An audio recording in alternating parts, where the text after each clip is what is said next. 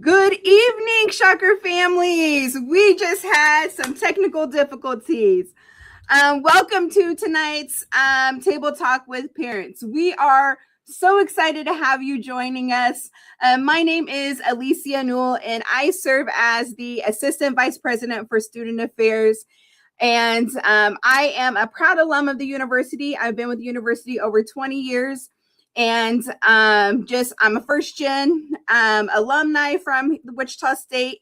And part of tonight's session is allowing Wichita State to bring our experts and resources directly to you when you need it, and to really help get you connected with our experts before they start their journey here at Wichita State.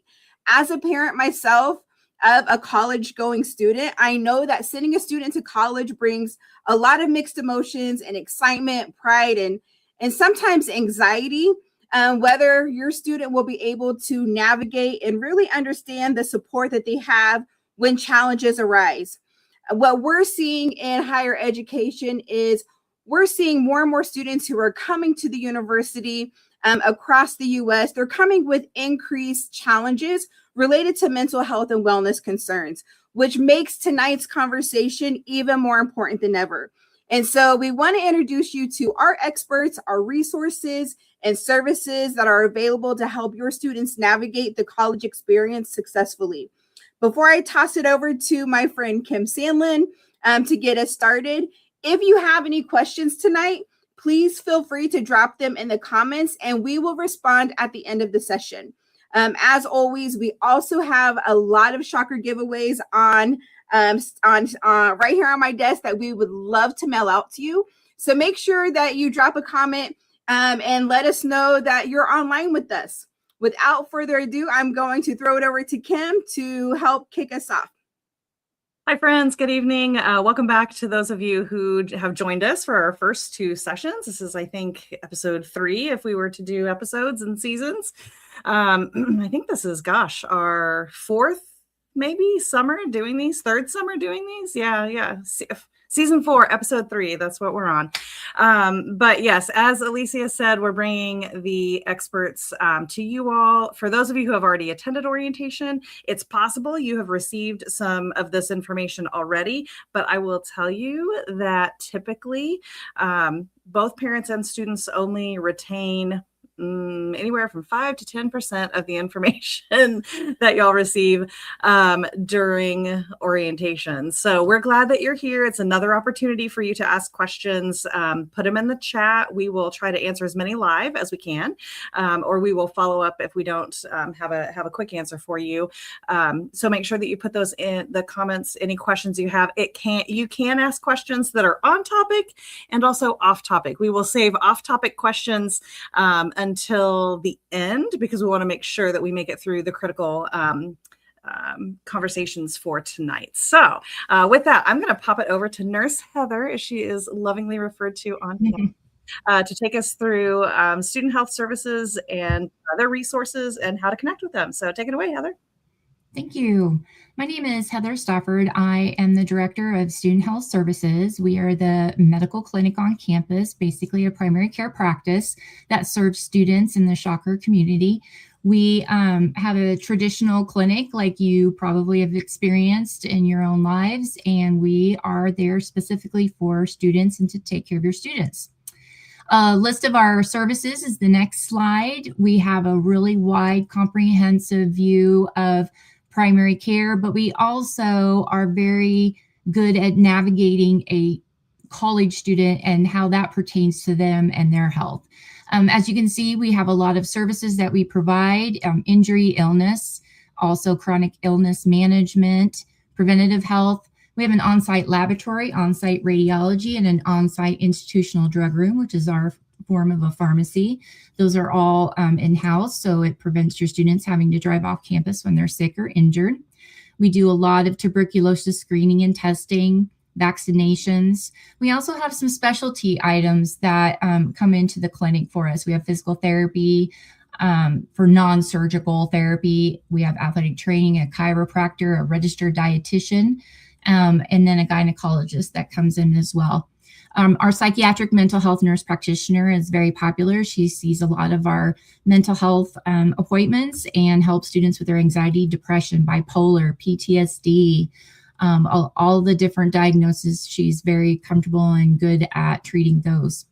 Medical management for mental health also includes ADHD medications, and we don't have those medications per se in our institutional drug room, but we can provide prescriptions for those. And then we do a lot of other extra work, a lot of case management with our students, making sure they get referred to departments like counseling and psychological services and our accommodations and testing office to make sure that students have a well-rounded experience that not only keeps all of their health and wellness in mind, but also is making sure they're academically successful. Next slide, please. Our MyShocker Health patient portal is very, very important. Your students are on their computers and phones anyway, so this is a good opportunity for them to be able to make online appointments. They can receive text message reminders about those appointments. But I think the part that students use the most in our portal is secure messaging healthcare providers. Our providers are available Monday through Friday, 8 to 5, like the clinic is, to answer those messages. And sometimes it's just a question that your student wants to ask, and it can easily be handled over the portal as so kind of saves students money from having to make an appointment. Or if necessary, the provider will strongly encourage them, hey, make an appointment on the portal while you're in there, and we will get you taken care of. It's also a place to upload immunization records and insurance cards, and I'm going to talk about that on the next slide. So if your student is going to be living in the on-campus housing in the residence halls, there is a meningitis documentation requirement. I know there's been some glitches with the portal here in the last couple weeks. We have that all fixed. So it should be very easy for your student to be able to upload any vaccination records.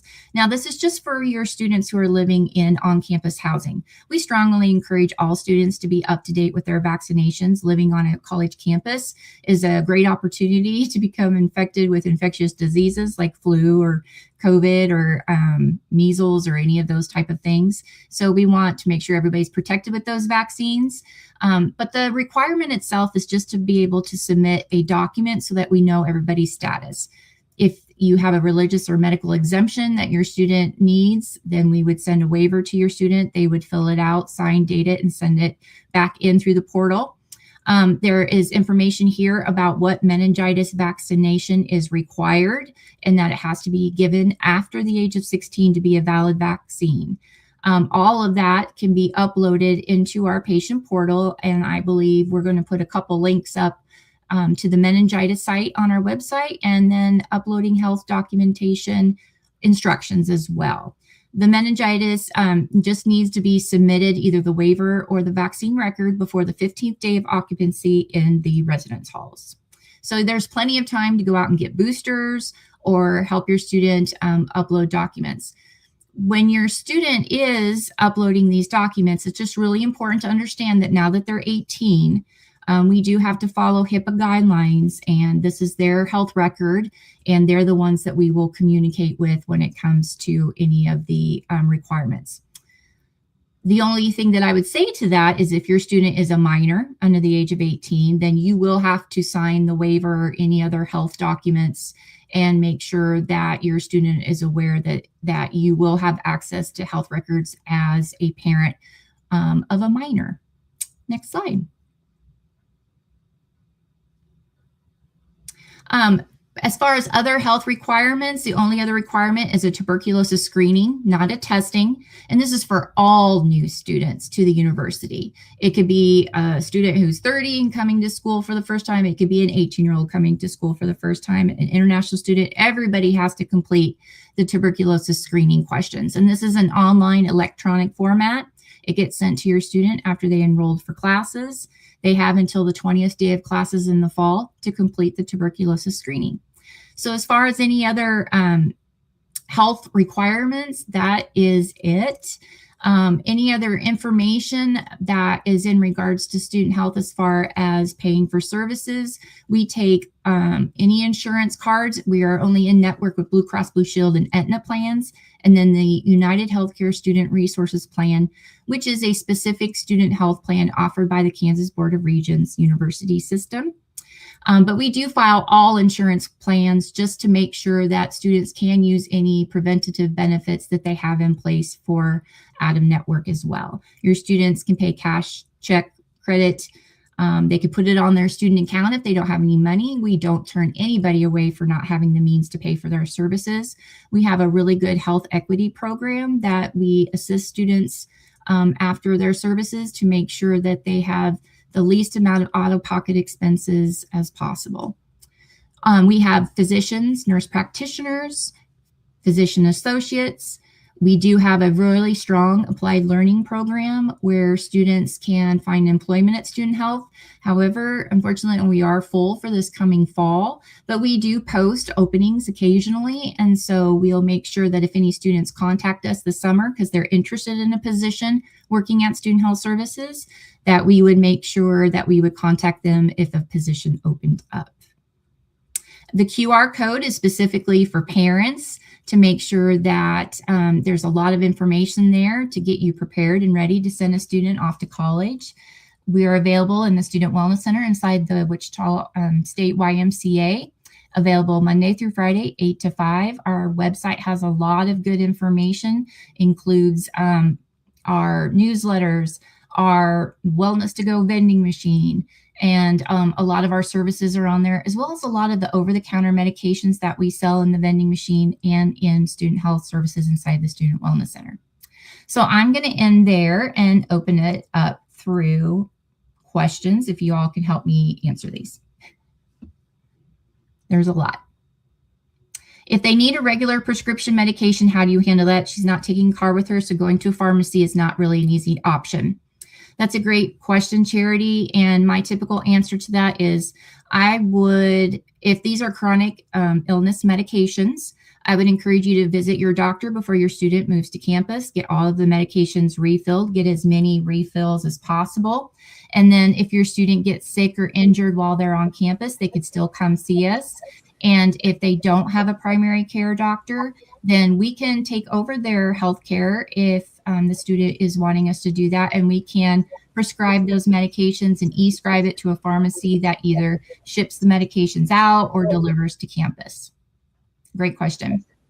Do you take out-of-state Blue Cross Blue Shield insurance? Yes, we do. We are in network with all Blue Cross Blue Shield plans.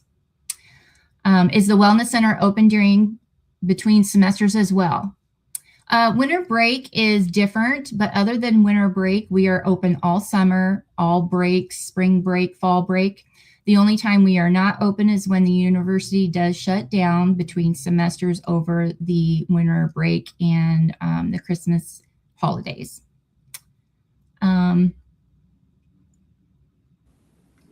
My daughter has uploaded her meningitis vaccine record, but it still shows her out of compliance for vaccines. Does she need to upload her complete vaccination records as well? If there's any other information that we need after your student uploaded their vaccinations, we will message them in the portal and let them know if they are not compliant. If they are compliant, great. There's nothing else that your student needs to do. We communicate that with housing daily. But we will message the student if there's something wrong with the vaccine record, whether we can't read it or maybe the vaccine itself does not meet the requirements. So there should be a message in there. The only other way that it wouldn't be in there is if I just haven't gotten to it yet, but we will get to it usually within 48 hours. If it's been a while, I would go ahead and tell your student to go ahead and upload them again through the portal. Too many times is sometimes not enough times, but we do have the portal working. Everything has been uploaded today that students have submitted and has worked great. Do you also accept Healthy Blue Medicaid? Unfortunately, none of the Kansas Board of Regents schools take Medicaid. I think the only school is University of Kansas, but we do provide walkout statements for students, and sometimes those services can still be covered and reimbursed to the student. But since we're out of network with Medicaid plans, We usually tell the students that up front that there might be some out-of-pocket expenses, but then we work with the student on the backside depending on what they need.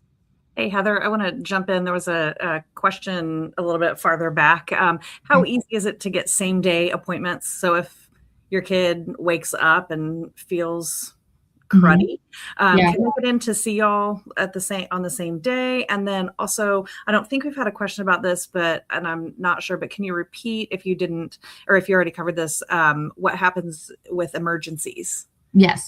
Well. So since we're only available Monday through Friday, 8 to 5, we do have a list of different urgent cares, emergency rooms on our website. A lot of those places, though, if your student has to go to something like that on the weekends, have them come talk to us afterwards, bring their bills to us. We work with students when they have medical bills to make sure that we get those charges down as low as possible. And then there's some other things that we could do to potentially help the student with any overhead costs that they might have from going to those facilities. And then what was the other question that you said, Kim? It's on the screen. Can they get that's okay. Can they get same day appointments if they wake up and feel bad? Yes, no. If you get up and I would say if it's at least before 10 o'clock, you can definitely get a same day appointment. But then we also do take walk-ins. That might be a little bit more of a wait, but we always see students usually within 24 hours. There's never really a longer wait for an acute illness like that. Okay. Great. Can you tell me more about insurance through the university? Things like how can my student pay for it? That's a great question. On our website, wichita.edu/SHS, there is a health insurance tab at the top right. And if you go to the health insurance page, it does talk about the different plans that are options for students. It could be just for themselves, if there's a spouse or children, there's all sorts of different plans that are available. And all they would have to do is sign up and click on the links into that particular website that will guide them to where to do that. Now, with that being said, the prices for the new upcoming year do not come out until July 1st, and the actual plan doesn't start until August 1st. And you can either purchase it by semester, just for fall and spring, or fall, spring, and summer, however your student wants to do that. How to handle dermatology prescription refill Accutane. I think it depends on the health insurance plan and what your health insurance covers. If it's something where we can, help them get their medication delivered to them, Dillon's pharmacies deliver. There's many other pharmacies in Wichita that will deliver to campus. There's also mail subscriptions or prescriptions that students can be a part of.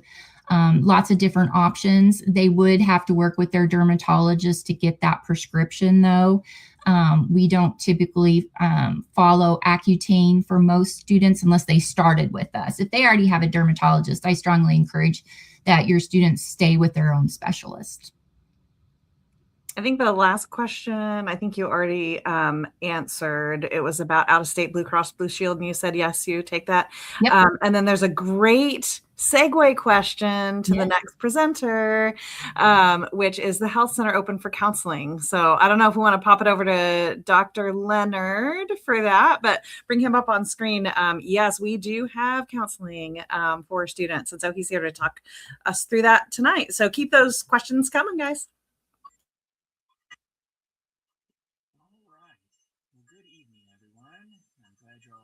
Dr. Leonard, you are muted. Now, can you hear me now? Can you hear me now? No? It was working. Let's see.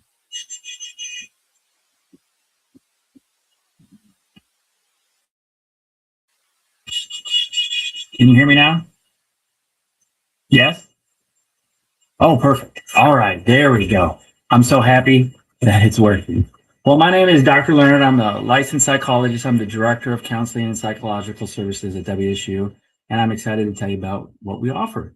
We offer a variety of services. We offer individual therapy. We offer group services. We do group therapy, couples therapy, and we have our regular hours. which are 8 to 5, Monday through Friday. These services are all provided by licensed psychologists, master's level social workers, master's level therapists, and counselors, as well as some trainees.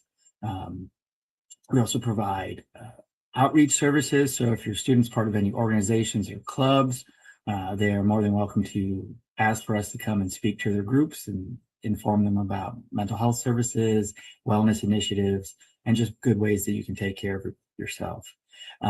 These services are also provided in person as well as with telehealth.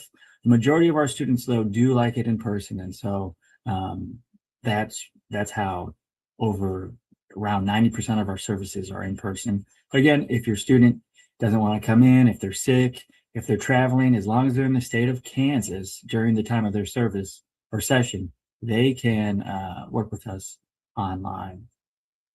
All of our sessions, as it says, is very affordable. Our sessions are $10. Our crisis appointments are free, but our group is also free, but our other individual therapy appointments are $10. If that is too much, we can also reduce those rates to make sure that financial barriers do not exist for our students to reach services. We charge at time of service, and we ask that they pay at the time of service, but if they can't, we will still see the individual. So please, when you're talking with your student, always encourage them to come, even if it is maybe financially hard for them at this time. And as long as they talk with their therapist, we can work to reduce that amount. We do not want, again, any financial barriers being in the way. Again, a $10 session beats every insurance copay, beats, it's a really good deal in town to be able to get services for $10. Our crisis services, this is something that, again, if a student is in trouble, they can walk on over, they can communicate with their professor or advisor or someone they are working with. They can give us a call. We can get situations set up. Examples of what a crisis would be is, again, immediate thoughts of suicide or self-harm, recent abuse or assault, or maybe even hearing things, seeing things that other people are saying aren't there.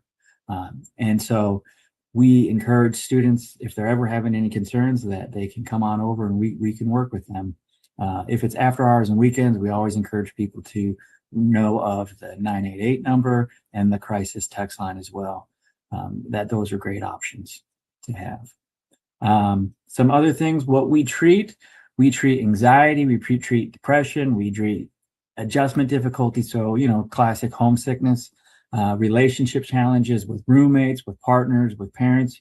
If there's a relationship dynamic issue, we can work with it. Identity concerns. So again, this is a very common time for emerging adulthood. And so people are trying to understand what they are, what they can do for themselves, what they still need the support from their family or peers, or even individuals at the university to help them feel successful. Substance use, mood disorders, suicidal ideation. We work with eating disorders, academic stress, as well as trauma, neurodiversity. These are things that we are trained to treat and help with. One of the things to know as parents is if your student is currently working with a provider in your community and they are looking to transfer care, you can always ask that provider to transfer the records to our center. If they do that, then our new therapist working with your student will have a good leg up on kind of knowing the history so they can keep working and work and hit the ground running with the student when they get here in the year. Again, another thing that's nice about our services, especially when you look at the stuff that we treat and work with, is we don't have session limits. So if a student starts working with us, we will continue to work with them as long as they're enrolled as a student.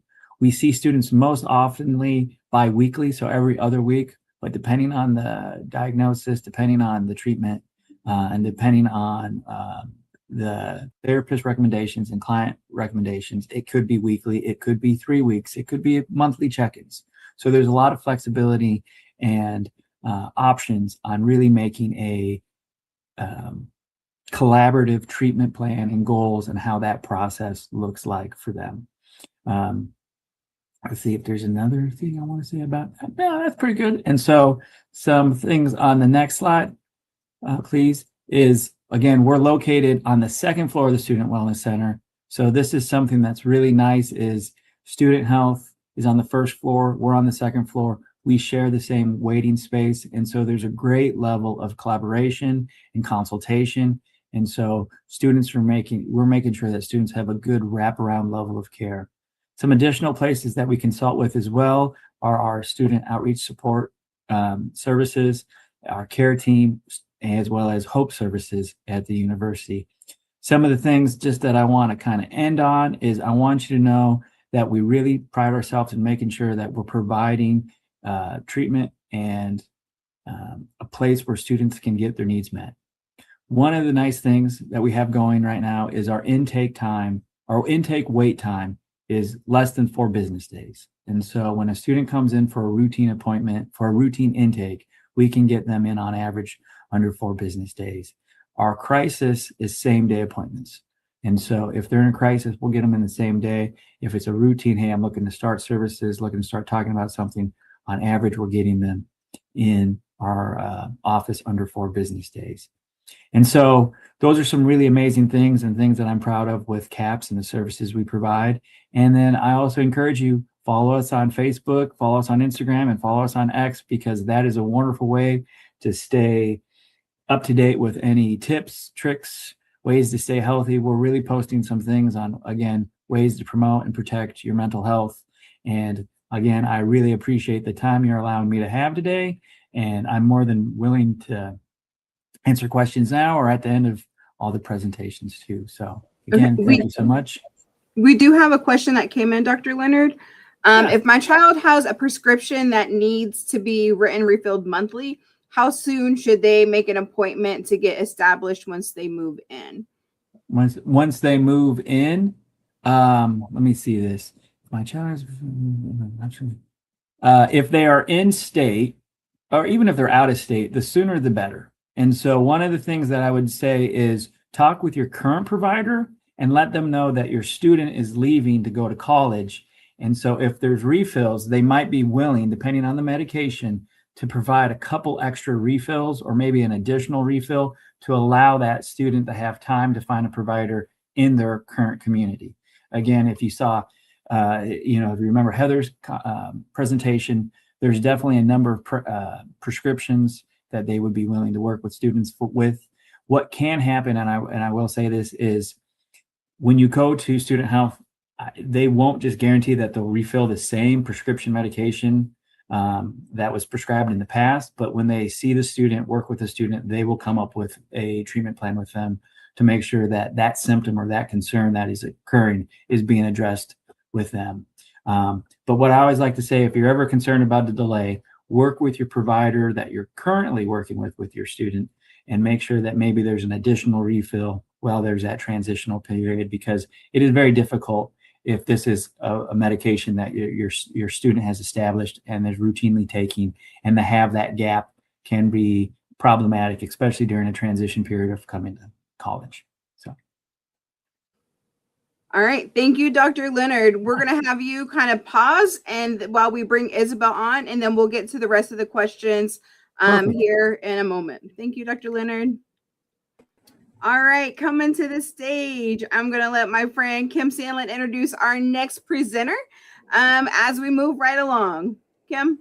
Yeah, so also excited to have Isabel here from Office of Student Accommodations and Testing to talk about accommodations for your students in the classroom. So from personal experience, my student, who's a now rising sophomore, uses OSAT and their services in all of his classes and has had nothing but a positive experience. We do a lot of referral work among not only these 3 offices and units within student affairs, but our OSAT friends are part of our success teams and play an important role, because usually these are academic issues, right? That we're not, maybe not issues, but just academic accommodations that we need to make sure our faculty are providing for our students. And they do a really great job of that. So I'm going to throw it over to Isabel to overview her area, and yeah, we'll dive right in.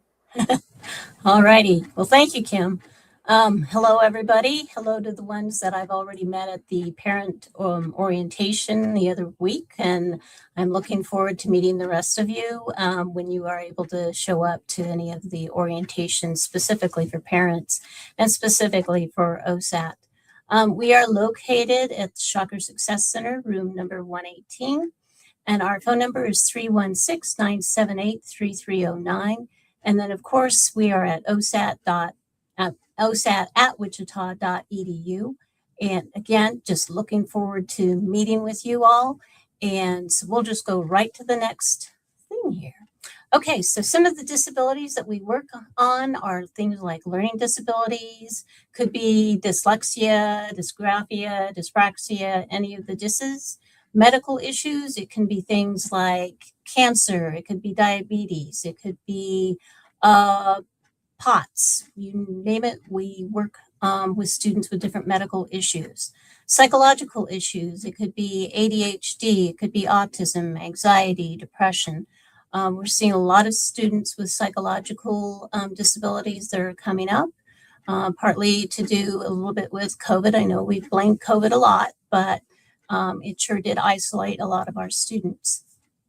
The other types of disability that we work with is students that have either hearing, speaking, or seeing or vision type of disabilities.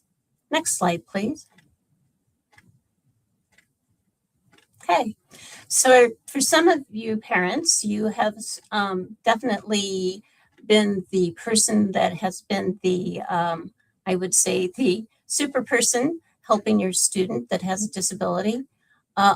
So things are going to be a little bit different, especially for our students that are coming in that have a disability. One of the things they have to learn is how to advocate for self. But I did want to just go over a few of the differences between K through 12 and college. There is, number one, no guarantee about academic success. The student is responsible for their own academic success.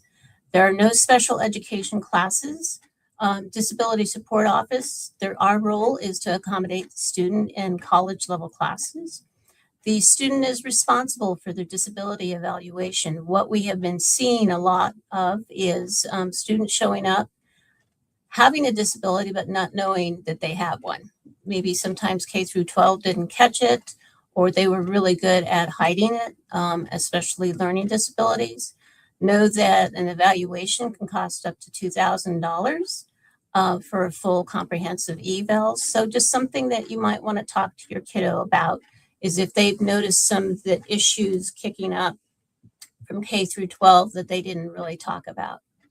Also, any enrolled students' records are only accessible to the student. So a FERPA written release or release of information will have to be signed if you're wanting to talk to us about your kiddo. Also, students are held to the student code of conduct, no special considerations.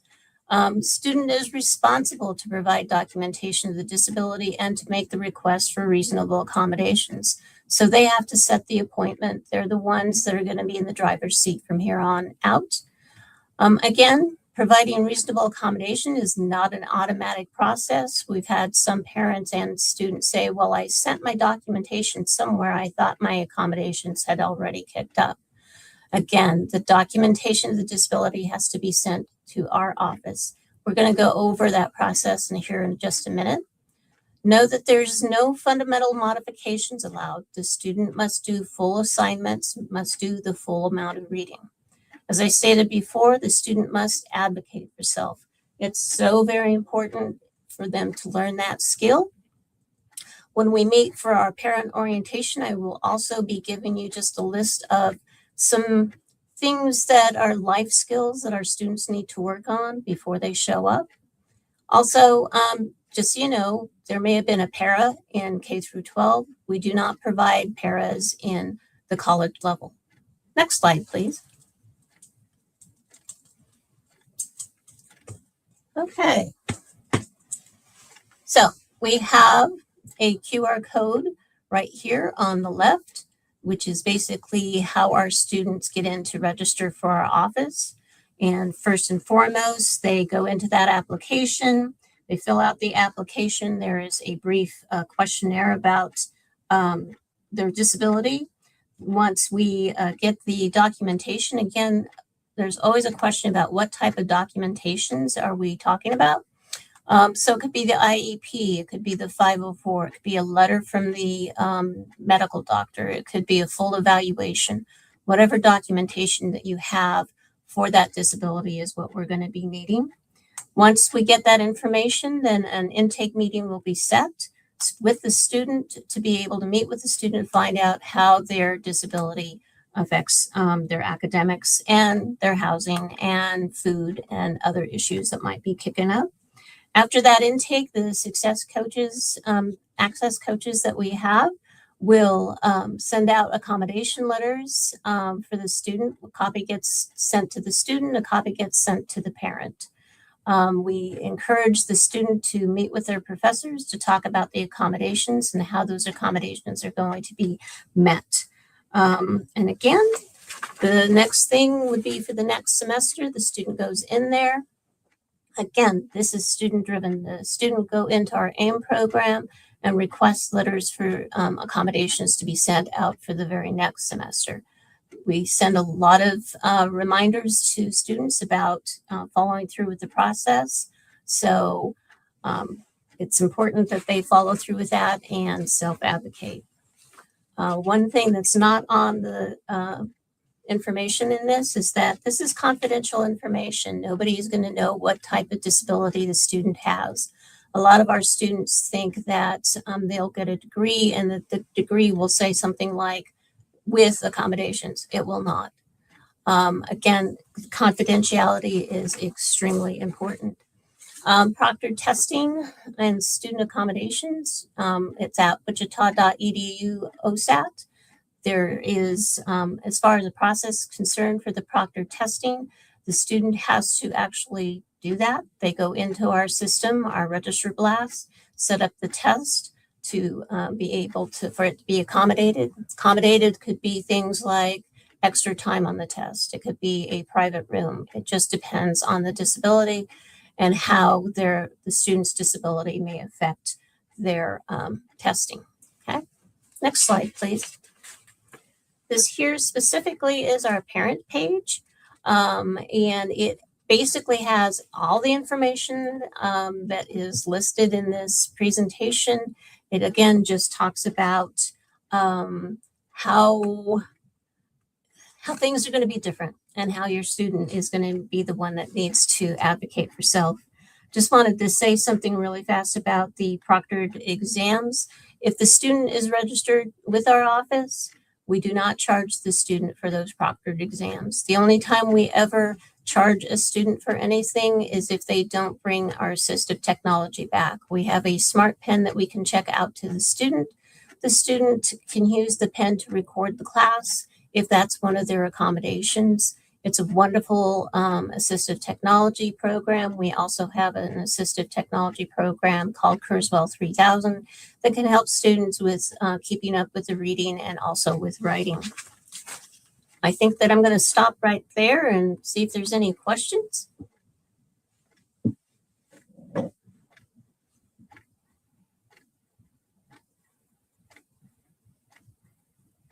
I think you're on mute. Thank you, Isabel. No problem.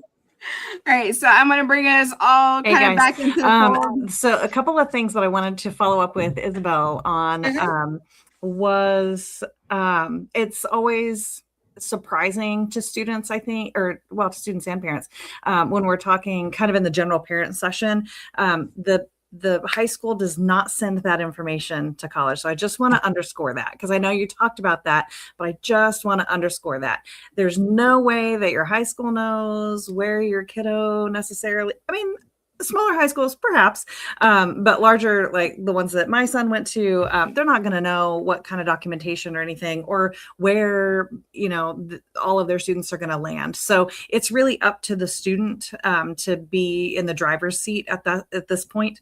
And they really have to take care and learn how to advocate for themselves. I think that was, you know, one of the things that I think OSAT does sometimes better than a lot of us do, because, you know, the student has to start having those conversations.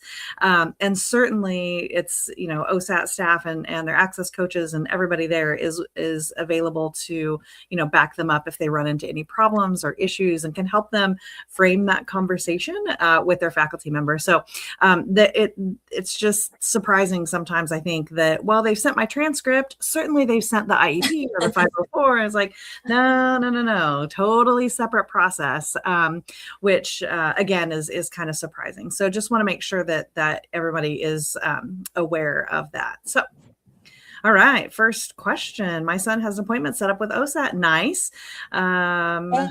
Confirm if he will need an OSAT appointment every semester. That's a great question. The only time that they need to see us every semester is if their medication changes, if their disability improves, gets worse, if there's just some issues that are kicking up that are connected with their disability. We would like to know about that. We'd like to know, is there a new diagnosis? Because sometimes that's also what's kicking up. We see that. Again, I'm certain that Dr. Leonard could vouch for that sometimes the more psychological stuff starts kicking up around 19, starts showing itself up. So we would want to know that that's kicking up, so we can look at other accommodations that might be necessary. So no, they don't have to every single time, but it would be nice just for them to connect with us and say, hey, things are going well, or hey, I did not get that accommodation. We need to know ASAP if those students are not getting those accommodations. That is the most important part of this whole process, is for the students to communicate with us and say, yes, I did get the accommodation, or yikes, that professor rolled their eyeballs at me when I said something. I want to know about those things because I want to nip it in the bud before it gets to be a problem. We typically don't have big, huge issues with accommodations, but if I don't know what's happening, I won't know to jump in. I would say, go ahead. I would say the other part to that is, although they don't have to meet with them multiple times, that, every time when they're submitting an intake form, they do have to provide that intake form every semester to let them know that they are renewing services with the office so that they can get updated. One of the things that I love most really about this specific team is that they have ongoing check-ins with their students just to make sure that they're okay emotionally and mentally and physically. And I think sometimes that additional accountability, and Dr. Leonard would probably agree, is just having someone on campus that is a support system, that support network, that if something happens, they have someone to go to. If not, by the time, we're dealing with anxiety and a lot of other things, then we're moving over to our friend, Dr. Leonard, for a crisis appointment. And so I think making sure that we have those teams of support set up, and in that way that we are preventing them from having to get to higher level of crisis type like issues, and making sure that they have what they need while they're here. And so I just wanted to kind of jump in with that.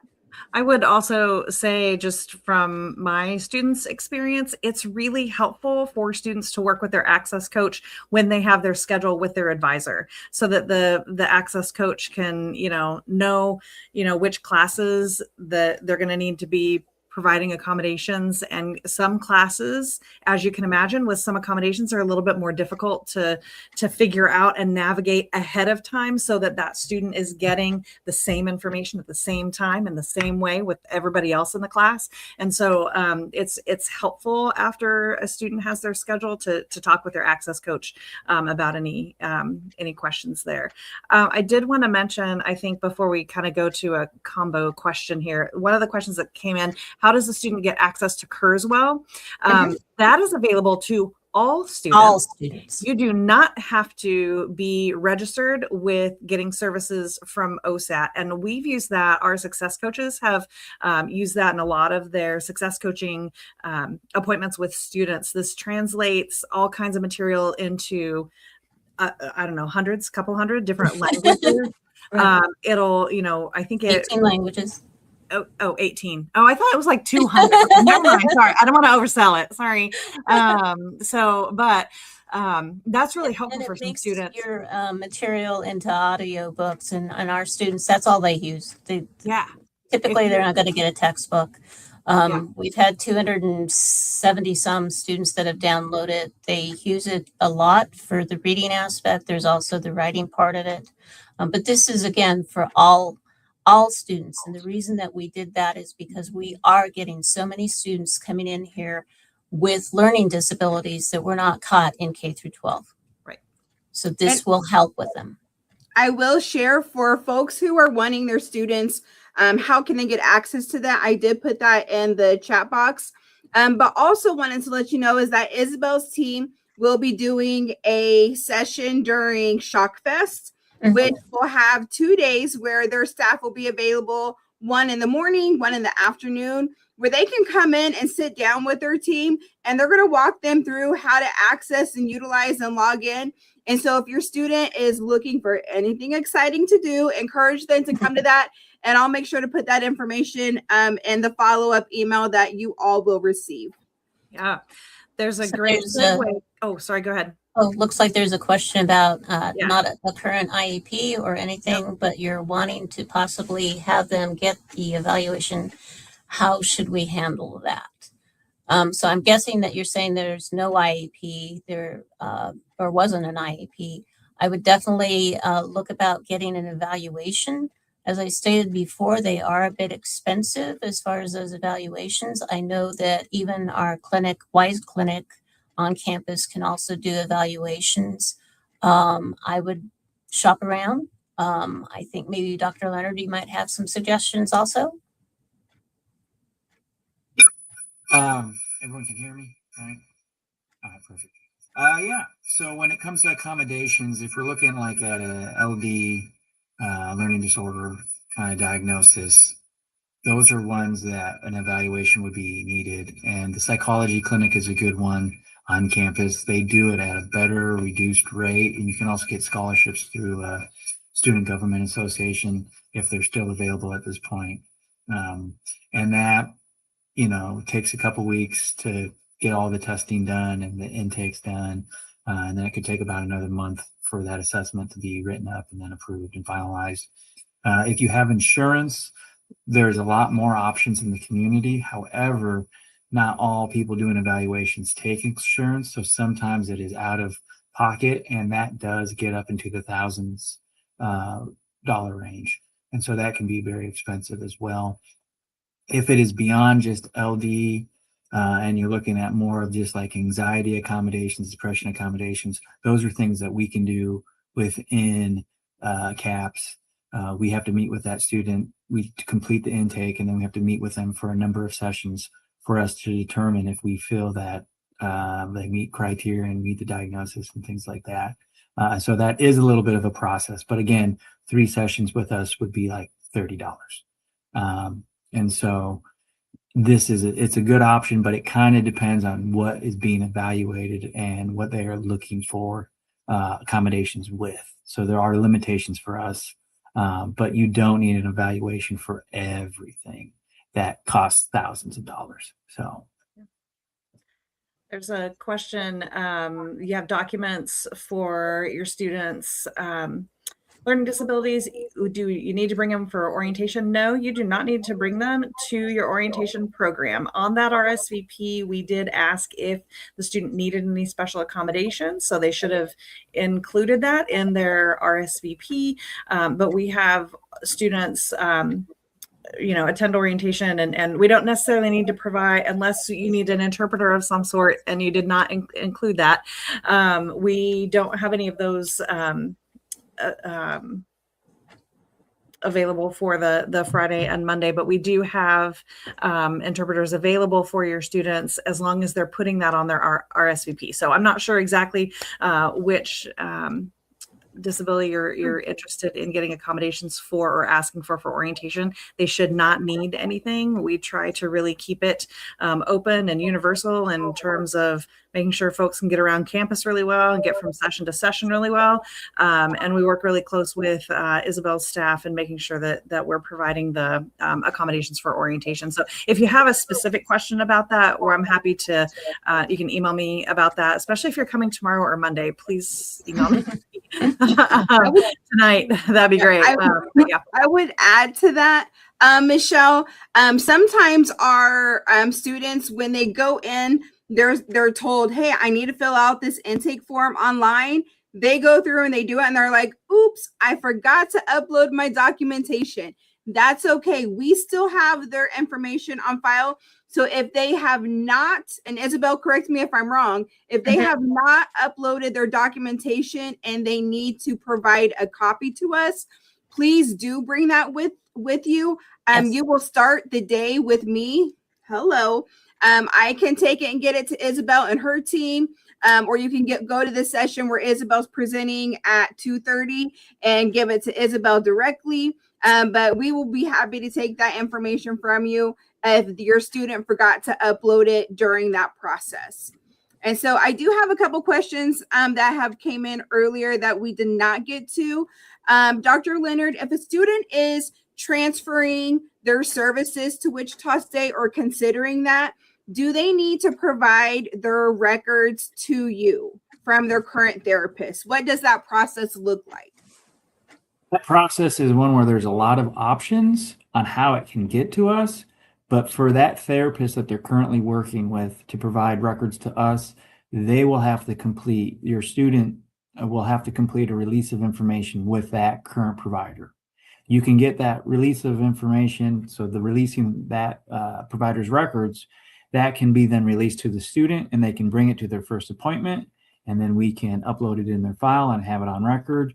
You can have it from provider to the counseling center, so you can have that provider send it directly. So there's a lot of options on how it can get to us, but it will not leave that provider's office unless there's a release of information signed and where it's going is known. And so it can be, again, released to the student. It can be released to us. And I always encourage, if you want to provide those records to CAPS, you want to do that before your student starts school here while they're still currently working with that provider, because it's just the easiest. So before the last session, or at the last session, and where your student's currently seeing, have all that paperwork completed and filled out, and then that therapist will work on their end to make sure that the records are sent to the student or sent to CAPS directly. And then when they get there, those will be put into the client's record. And just like that therapist's records are confidential, our records are confidential. And so if ever records wanted to be sent back to somebody else, again, a release of information will have to be completed on our end to get it sent anywhere else too. Yeah. So. And I think that's really important to share, because I think one of the most frustrating things that we often hear from students is, when I'm transferring, I feel like I'm losing progress because they're having to start all over, right? And so when we have that information, it allows our therapist to I'm not going to say we're able to pick up exactly where they left off, but we're going to get pretty close.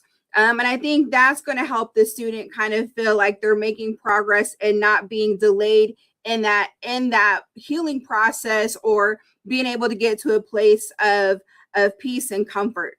And so I think that's really important. You also picked up on something also really important, Dr. Leonard, and this is also for Isabel, is privacy. And I know a lot of times I get a ton of calls from parents. I know you all get calls and questions as well. And so when it comes to getting, information on little Alicia, and she's coming to your office, Isabel, and I want to know what Alicia's grades are, or if she's going to class, does your office, or Dr. Leonard, maybe you can share as well, do you require any specific information in order for you to talk to those parents? Well, I know we need the release of information to be filled out before we're going to talk to a parent. especially if they're asking questions.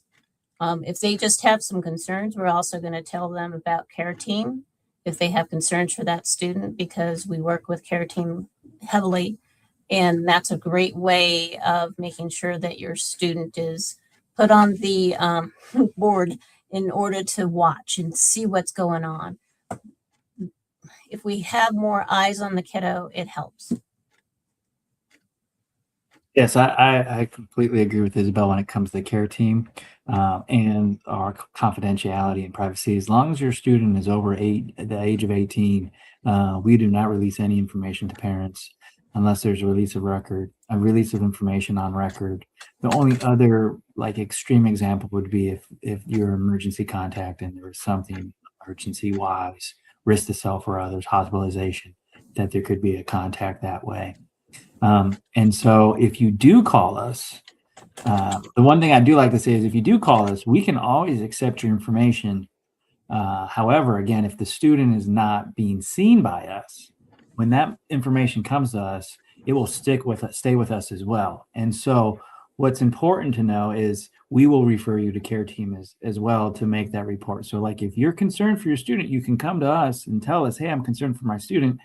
And they might be seeing us or they might not be seeing us. But if you really want eyeballs on them, I would make a report to care team. And I would encourage you on the phone to make a report to care team too. But again, if you know that your student's seeing us, they're talking about it, and there's no release, we can never release any information. But you're always welcome to tell us what you want to know. I mean, what you want us to know. And the release of information, to be clear, is not the same as the FERPA proxy and the other proxies, right? These are separate processes that your student has to complete with each department. So FERPA applies to the educational record. It does not apply to health records. It does not apply to accommodations. It does not apply to counseling, right? So I just want to make sure that everybody knows that, because we're talking a lot about what parents can and can't access. And so if your student is taking advantage of all of the opportunities they can, we want them to do that, but just know that each of these areas will sometimes have their own process. And so your student's going to need to ask, or you will need to ask about that, because that is not, yes, you're welcome, Katie. You're welcome. It's not the same thing. And an authorized user is for bills too. So there's lots of different levels and areas of ROIs, or release of information. So I wanted to make sure we clarified that. You hit that nail on the head perfectly. We have different departments have different releases that need to be completed specifically for those departments. So just because you're like, well, my son completed this for this other unit, that doesn't mean that will count for CAPS, especially because on the university release of information that we have, mental health records have its own caveat too. So there's some real specifics and protections when it comes to mental health records beyond just a general release of information as well. And so within the Student Wellness Center, there's more restrictions too for mental health records. All right, we are 1 minute to time. So give me a drum roll so we can do our drawing for tonight's winners. We do have 2 of them. And randomly selected over here in my lovely Excel mixer-upper is our first winner is Bianca Russell, coming from Shawnee, Kansas. Woo! Round of applause for Bianca. And then our next winner is Brian Lyons. I'm not sure where Brian's from, but yay, Brian! Congrats. Make sure you're checking your inbox or your mailbox for some Shocker swag that will be coming to you in the mail, hopefully this weekend, and we'll get that out to you. And so we are excited again just to welcome all of you to Shocker Nation, and we thank you so much for partnering with us and really just trusting us with your students in this journey. We look forward to seeing you on campus in August. And if you have any questions, do not hesitate to reach out. We are always on standby to help support you and your students in this journey. Until the next time, take care, and make sure you like and follow us, because we got a lot of good stuff to share. Have a great day and go Shocks. Good night.